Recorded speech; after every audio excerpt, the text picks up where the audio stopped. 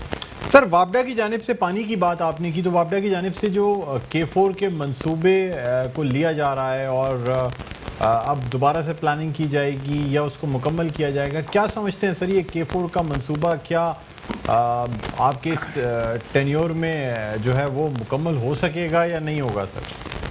Doctor صاحب K4 میں سمجھتا ہوں کہ کراچی کے عوام کی زندگی اور موت کا مسئلہ ہے.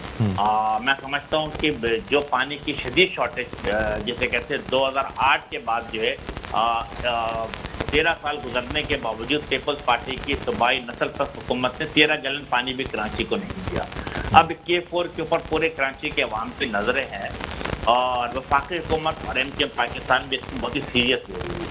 آپ کے علم میں ہوگا کہ 2009 سے یہ پاکستان پیپلز پارٹی کے سندھ حکومت کی مختلف الماریوں کے تجربے میں بند رہا، اور 2015 میں جب MKM پاکستان نے شہر میں مظاہرہ شروع کیا تو 2016 پہ اس پہ کام شروع کیا گیا، اور 2020 مکمل ہونے کو کام انکمپلیٹ ہے. اب جو کراچی ٹرانسفارمیشن کمیٹی بنی تھی اس پہ کیا فیصلہ ہوا؟ اس پہ میں صرف K4 کے بارے میں آپ سے آگاہ کر دوں کہ یہ فیصلہ یہ ہے کہ وفاقی حکومت K4 کو اون کرے گی، وفاقی حکومت بنائے گی. یعنی جہاں سے سٹارٹ ہو رہا وہاں سے لے کر کراچی کے دروازے تک، یعنی کراچی کے انٹرنس تک وفاقی حکومت کی ذمہ داری ہوگی، اور کراچی میں پہنچنے کے بعد جو مختلف جسے کہتے ہیں کہ شہر کے مختلف علاقوں میں جائے گی وہ پھر واٹر باڈی نے صوبائی حکومت کی ذمہ داری ہوگی. ہم نے فوری طور پہ یہ جو KTC ہمارے جو مختلف جو آپ نے دیکھا ہوگا کہ KTC کی جو مختلف میٹنگیں ہوئی تھیں، یعنی کراچی ٹرانسفارمیشن کمیٹی کی لگ بھگ 6 میٹنگیں ہوئی تھی، اس کے بعد یہ فیصلہ کیا گیا تھا کہ K4 وفاقی حکومت کرے گی. ہم نے فوری طور پہ صوبائی حکومت کو خط لکھا، ان سے درخواست کی کہ K4 کی تمام چیزیں وفاقی حکومت کو ہینڈ اوور کی جائے. الحمدللہ that was handed over to the federal government. ہم نے فوری طور پہ وفاقی حکومت نے وابڈا کو خط لکھا ہے، اور وابڈا سے ریکویسٹ کی ہے کہ کیونکہ ان کے پاس آپ کے علم میں ہے کہ ان کے پاس ایک کیپیسٹی موجود ہے کہ پاکستان میں تربیلا، منگلا، یہ جو مختلف ڈیمز ہیں وہ بناتے رہے. تو ان سے ریکویسٹ کی ہے کہ آپ اپنی کیپیسٹی کو اور اپنی جو ایکسپیرینس ہے اس کو استعمال کریں. سو فار میرے اطلاعات کے مطابق وابڈا ایگری ہو چکی ہے کہ وہ بھی اس معاملات کو دیکھ لے گی. تو میں سمجھتا ہوں کہ بڑے جو کہتے ہیں کہ جو کیپیسٹی بلڈنگ کا یہ نہیں کہ جو چیزیں بہتر سے بہتر کرنی تھی وہ ہرڈل ختم ہو چکا ہے. جہاں تک پیسے کے فراوانی کا تعلق ہے، فیڈرل گورنمنٹ از کمیٹڈ کہ یس پیسے کی کوئی روک ٹوک نہیں ہوگی. معاملہ صرف یہ ہے کہ ٹائم لائن کے مطابق K4 کا منصوبہ حل کر دیا جائے. میں صرف آپ کے علم میں ڈال دوں کہ K4 کا منصوبے کے ٹائم لائن جو وہ 3 سال رکھی گئی ہے. انشاءاللہ تعالی ہماری خواہش ہوگی کہ ہر صورت میں 3 سال کے اندر K4 کا منصوبہ مکمل ہو کر کراچی کے عوام کو 265 ایمجیٹی پانی ملنا شروع ہو جائے. امین بھائی مجھے یہ بھی بتا دیجیے گا سر کہ K4 کا منصوبہ جو پانی کی کیپیسٹی بڑھانے کی بات ہو رہی ہے وہ اپنی جگہ، لیکن کہا یہ جاتا ہے کہ کراچی کا جو واٹر ڈسٹریبیوشن سسٹم ہے ایک وجہ یہ بھی ہے کہ صارفین تک پانی نہیں پہنچتا، اور اس واٹر ڈسٹریبیوشن کو اس کے بگاڑ میں بہت ہاتھ جو ہے نا یہ واٹر ہائیڈرنٹس یا جو پرائیویٹلی ٹینکرز فروخت کر رہے ہوتے ہیں مبینہ طور پہ ان کا ہاتھ ہوتا ہے. جس علاقے میں یہ چاہتے ہیں کہ ان کے ٹینکرز جائیں وہاں پہ پہلے سے اس کے ڈسٹریبیوشن سسٹم کو تباہ کر دیا جاتا ہے تاکہ یہ تمام پانی جو ہے زیر زمین جاتا چلا جائے چاہے علاقے میں نہ جائے. کیونکہ سر جو کیلکولیشنز ہیں 12 یا 16 MGD پانی سے صرف یہ ٹینکرز شہر میں چلائے جاتے ہیں جو کہ پورے شہر کی پیاس بجھا لیتے ہیں. باقی 450 MGD پانی جو ہے وہ شہر کے لیے ناکافی ہوتا ہے. کیا کہتے ہیں سر آپ؟ دیکھیے ڈاکٹر صاحب آپ کا بہت اچھا تجزیہ ہے، اور MKM پاکستان بالکل سمجھتی ہے کہ بالکل بیسک سا فارمولہ ہے کہ شہر کی ریکوائرمنٹ آپ نے بالکل صحیح کہا کہ 1100 MGD پانی کی ہے یا 1200 MGD پانی کی ہے، اور بیسکلی جو ڈیلی جو ہمیں ملتی ہے شہر کو وہ 450-500 ملتی ہے. تو ڈاکٹر صاحب ویری سمپل سا فارمولہ ہے نا کہ آپ آدھے شہر کو ایک دن پانی دے دیں، آدھے شہر کو ایک دن پانی دیں. تو میں سمجھتا پانی کا مسئلہ تو سمپل حل ہے بیسک کیلکولیشن کے حساب سے. لیکن یس یو آر رائٹ کہ ایک بڑی مافیا اس شہر میں موجود ہے جو کراچی کے عوام کے اور جس میں سمجھتا ہوں جس میں صوبائی حکومت بھی شامل ہے، وہ کراچی کے عوام کے پانی کو بوند بوند کو تڑپا رہی ہے. اور یقیناً آپ کی بات بالکل درست ہے کہ اس کے اندر میں سمجھتا ہوں کہ Karachi water and sewerage board کا بھی کچھ ایسے عناصر موجود ہیں جو اپنے ذاتی فوائد حاصل کرنے کے لیے کراچی کے عوام کو نقصان پہنچا رہے ہیں. لیکن I am very much hopeful کہ ابھی جو ایم ڈی واٹر بورڈ ہے میں سمجھتا ہوں کہ کافی سلجھے ہوئے آدمی ہیں, ٹیکنیکل طور پہ ان کی تمام نالجز ہے, ان کے علم میں بھی ہے, اور ہم اس بات کو ہوپ فل کرتے ہیں کہ وہ ان جو واٹر بورڈ میں جو کالی بیڑے موجود ہیں وہ, اور ساتھ ساتھ وہ تمام لوگ جو ٹینکر منافع کے طور پہ کام کر رہے ہیں ان کو لگام دیا جائے گا. ہماری نظریے بھی ان کے اوپر ہے. انشاءاللہ تعالیٰ ہم مل کر جو واٹر بورڈ کے ساتھ خواہش ہوگی, کوشش ہوگی کہ ان معاملات کو کنٹرول کیا جا سکے. سر واٹر بورڈ میں بھی تو سر یہ 5ویں دفعہ تقرری ہے, 3 دفعہ اسد اللہ صاحب آئے ہیں اور تیسری دفعہ آئے ہیں, اور 2 دفعہ خالد شیخ صاحب آ چکے ہیں. تو ایک میوزیکل چیئر سی بنی ہوئی ہے, کچھ عرصے ایک ایم ڈی کو لگاتے ہیں, اس کے بعد پھر دوسرے وہی ایم ڈی دوبارہ آ جاتے ہیں, پھر جن کو ہٹایا گیا ہوتا ہے ان کو دوبارہ لگا دیتے ہیں. تو آپ نہیں سمجھتے کہ یہ ایک طریقے سے مسائل کو یا لوگوں کے ذہنوں کو ڈائیورٹ کرنے والی بات ہوتی ہے؟ ہاں بالکل ڈاکٹر صاحب, آپ وجہ فرما رہے تھے. بھی واٹر بورڈ کا عمل نہیں ہے, بلکہ اگر آپ مختلف اداروں میں آپ دیکھیں گے, کے ڈی اے ہو جائے یا پھر آپ سالڈ ویسٹ مینجمنٹ کو دیکھیں گے, یا آپ مختلف ڈپٹی کمشنر کو دیکھیں گے, یہاں تو ایک ریس لگی ہوئی تو چل میں آیا. ٹھیک ہے, یہ معاملے کا حل نہیں ہوتا. ہونا کیا چاہیے کہ آپ کسی بھی ایماندار دیانتدار افسر کو لگائیں جو کہ مستقل بنیادوں پہ 2 سے 3 سال ہو, کیونکہ شروع میں تو اسے چیزیں سمجھنے میں آتی, پھر وہ اپنے پالیسی کے امپلیمنٹ کرتا. میں سمجھتا ہوں کہ جہاں تک خالد شیخ صاحب کا تعلق ہے یا اسد اللہ صاحب کا, دونوں بڑے کمپیٹنٹ آفیسر ہیں اس شہر کے, اور میں سمجھتا ہوں کہ دونوں کی خواہش یہ ہمیشہ رہی ہے کہ اس شہر کے عوام کی خدمت کرے. لیکن انفارچونیٹلی انہیں پرماننٹ بیٹھنے سے روکا جاتا ہے, اور یا ان کے راہ میں روڑیں اٹکائی جاتی ہیں. انہیں فری ہینڈ دیا جائے جو اپنے افسران کے کان پکڑ سکے, جو اور جن کے پاس یہ آزادی حاصل ہو کہ وہ اپنے عوام کی خدمت کر سکے. میں سمجھتا ہوں کہ اگر ان افسران کو اگر فرض کرے ابھی موجودہ ایم ڈی اسد اللہ صاحب تو انہیں کم از کم 2 سے 3 سال ملنا چاہیے کہ وہ ڈیلیور کر سکے, اور ڈیلیور نہیں کریں گے تو پھر ان کی اکاؤنٹیبلٹی بھی ہونی چاہیے. امین بھائی, 1100 ارب روپے کا جو ایک پیکج ہے اس کا اعلان کیا جاتا ہے وفاقی حکومت کی جانب سے, اور حالانکہ آپ اتحادی جماعت ہیں پاکستان تحریک انصاف کی, لیکن اعلان اس وقت کیا جاتا ہے جب متحدہ قومی موومنٹ کی جو بلدیاتی حکومت ہے اس کا ٹینیور ختم ہو جاتا ہے. اب اس کے بعد بھی 2 مہینے گزر چکے ہیں سر, اب کس چیز کا انتظار کیا جا رہا ہے کہ کراچی میں ترقیاتی کام شروع ہوں گے؟ دیکھیں, آپ نے 2 مختلف سوال کیے.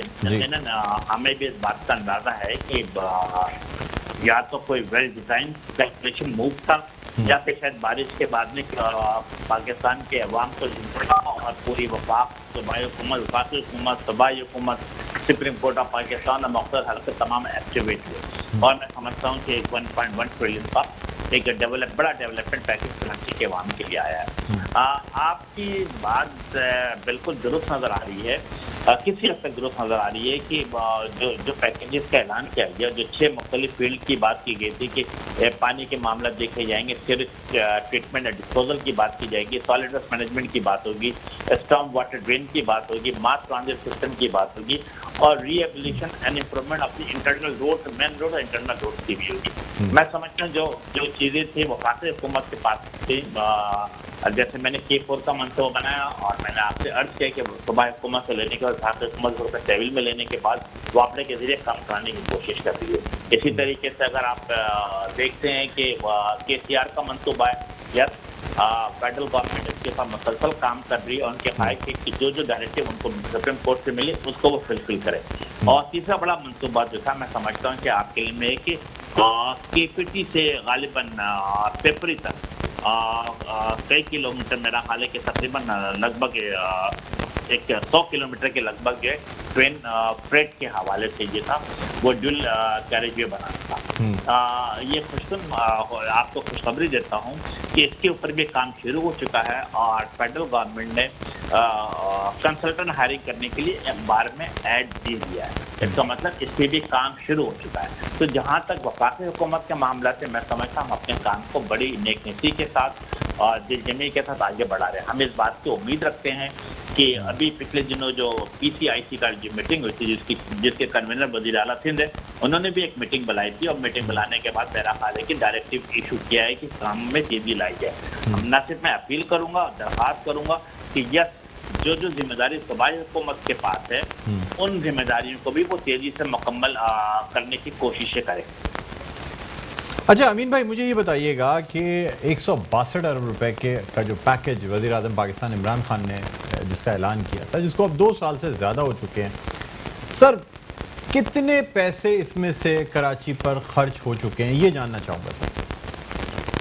دیکھیں میرے پاس اس بات کا کوئی ایکچوئل فگر تو نہیں ہے، لیکن میں آپ کے علم میں عرض کر دیتا ہوں کہ دیکھیں جو 162 ارب روپے تھے اس کے اوپر آپ کے علم میں ہے کہ کراچی ڈسٹرکٹ سینٹرل کے اوپر جو 3 بڑے فلائی اوورز بنائے گئے ہیں، تقی حسین چورنگی پہ، 5 اسٹار چورنگی پہ اور غالباً کے ڈی چورنگی پہ، اس کی اوپننگ میرا خیال ہے کہ گورنر سندھ صاحب نے آج سے 3 مہینہ پہلے کر دیا، وہ اس پیسے میں شامل تھا. امین بھائی یہ جو گرین لائن بسز کا منصوبہ تھا یہ تو پہلے سے ہی وفاقی حکومت اس کو چلا رہی تھی نا، یہ تو نواز شریف صاحب کے دور میں انوگریٹ ہو چکا تھا، اس پہ کام شروع ہو چکا تھا. یہ تمام چیزیں تو سر پہلے سے، کیونکہ دیکھیں کوئی منصوبہ اگر وفاقی حکومت کی جانب سے بنایا جاتا ہے تو اس کا PC1، اس کی ساری بجٹنگ، ساری چیزیں پہلے سے کر لی جاتی ہیں. یہ تو ممکن نہیں ہے کہ جو 162 ارب روپے تھے اس میں سے پیسے ایک ایسے منصوبے میں ڈال دیے گئے جو کہ پہلے سے جس کی بجٹنگ ہو چکی تھی. میں آپ سے عرض کر دوں کہ یہ جو 3 فلائی اوور کی میں بات کر رہا ہوں یہ گرین لائن کا حصہ نہیں تھا، یہ special on the request of the NKM Pakistan in 3 fly over کو بنایا گیا. اس کا سب سے بڑا فائدہ ہے کہ آپ ڈسٹرکٹ سینٹرل کے عوام سے پوچھیں، وہ سرجانی سے شروع ہوتے اور گرو مندر تک الحمدللہ سگنل فری طور پر سفر کرتے ہیں. تو اس کا ایک بڑا بینیفٹ میں سمجھتا ہوں کہ تقریباً 30 لاکھ آبادی کو فائدہ پہنچا ہے. تو یہ اٹس اے گڈ تھنگ. اس کے بعد میں سمجھتا ہوں کہ گرین لائن کے منصوبے کی آپ نے بات کی، بالکل صحیح کہ مجھے یاد ہے کہ جنوری 2016 میں اس وقت کے وزیر اعظم نواز شریف صاحب نے اس کا سنگ بنیاد رکھا تھا. اور آپ کو یہ بھی یاد ہوگا کہ اس میں وزیر اعظم قائم علی شاہ صاحب اس وقت موجود تھے، انہوں نے 80 بسیں دینے کا اعلان کیا تھا. لیکن آج میرا خیال ہے 4 سال گزرنے کے بعد حکومت سندھ نے اپنے جو کہتے ہیں نا وہ وعدہ کیا جو وفا ہو، انہوں نے تمام وعدوں کی طرح 80 بسیں دینے سے بھی انکار کر دیا. اب بحالت مجبوری وفاقی حکومت یہ بسیں بھی دے رہی ہے، لیکن اس کے اوپر کیا ہے، اس کے اوپر اس PSD پے کے اوپر میں سمجھتا ہوں لگ بھگ 11 بلین روپیز رکھے گئے. اور ہماری خواہش کیا ہے کہ ہر صورت میں K4 کا منصوبہ جون تک مکمل کیا جائے. آپ یہ سن کر بڑے حیران ہوں گے کہ تقریباً فرجانی سے لے کر میں سمجھتا کیفری سنیما تک جسے MS جنرل روڈ ہے وہاں تک تقریباً کام مکمل ہو چکا. اب حکومت سندھ نے رقم اندازی ڈالنے کی کوشش کی ہے. ایک خط SIDSL کو لکھا ہے کہ جی اس کے کیفری سنیما کے بعد جو ہے ہم اسے ٹراموے بنانا چاہتے ہیں اور اس لیے اپنے کام کو روکا جائے. ہم نے ان کو بالکل سندھ حکومت کو واضح طور پہ یہ خط ان کے خط کا جواب دیا ہے کہ ایکنک میں یہ منصوبہ منظور ہو چکا ہے، صوبائی حکومت اس سے پہلے بھی ایگری کر چکی ہے، اس لیے یہ گرین لائن کا منصوبہ ہر صورت میں جاری و ساری رکھا جائے گا. اور ہماری خواہش ہوگی کہ اس میں کسی قسم کی رقم اندازی نہ ڈالا جائے، کام میں رکاوٹ نہ ڈالا جائے. کراچی کے عوام کو ہر صورت میں جون تک وفاقی حکومت کے خواہش ہے کہ میٹرو بس کا منصوبہ دے دیا جائے. کیونکہ ڈاکٹر صاحب آپ یقیناً سمجھتے ہیں کہ 18ویں ترمیم کے بعد میٹرو بس بنانے کی ذمہ داری کس کی بنتی تھی؟ صوبائی حکومت. اور ہمارے پاس مثال موجود ہے، ملتان ہے، ہمارے پاس لاہور ہے، ہمارے پاس پنڈی ہے، پشاور ہے، وہاں کے صوبائی حکومتوں نے بنائی ہے. لیکن کیا سندھ کی صوبائی حکومت نفرت 782 انتخاب کی بنیاد پہ کراچی کے عوام کو پیچھے رکھنے کے لیے کوئی میٹرو کا منصوبہ، میٹرو تو دور کی بات ہے، اس شہر میں 13 سال گزرنے کے بعد 13 بسیں نہیں لائی گئی. تو بحالت مجبوری ہم نے لمبا کیا ہے کہ وفاقی حکومت کام میں رکاوٹ نہ ڈالی جائے. ہماری خواہش ہے کہ ہر صورت میں جون تک گرین لائن کے منصوبے کو مکمل کیا جائے. امین بھائی مجھے جو میرا سوال تھا سر وہ ابھی اپنی جگہ ہے کہ 162 ارب روپے کے پیکج میں جو منصوبے موجود تھے اب وہ 1100 ارب روپے میں موجود ہیں. تو سر جب پاکستان تحریک انصاف کے رہنماؤں سے یہ پوچھا جاتا ہے کہ جی 162 ارب روپے کے پیکج کا کیا ہوا، وہ کہتے ہیں جی پورے کے پورے 162 ارب روپے کراچی پہ آ بھی گئے کراچی میں اور لگ بھی گئے. میں اس کے ساتھ ساتھ ڈاکٹر صاحب اس منصوبے میں غالباً ایک بڑی امپورٹنٹ چیز ہے، بلکہ 2 بڑی امپورٹنٹ چیز ہے، میں آپ کو بات کر دوں.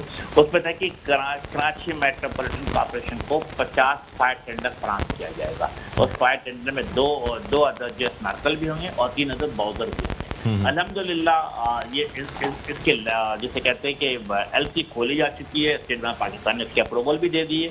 اور ہماری خواہش ہوگی کہ دسمبر جنوری فروری تک کم از کم یہ 50 سے 50 فائر ٹینڈر کراچی کے عوام تک پہنچ جائے. اور نہ صرف یہ بلکہ اس چیک میں یہ بھی شامل رکھا گیا ہے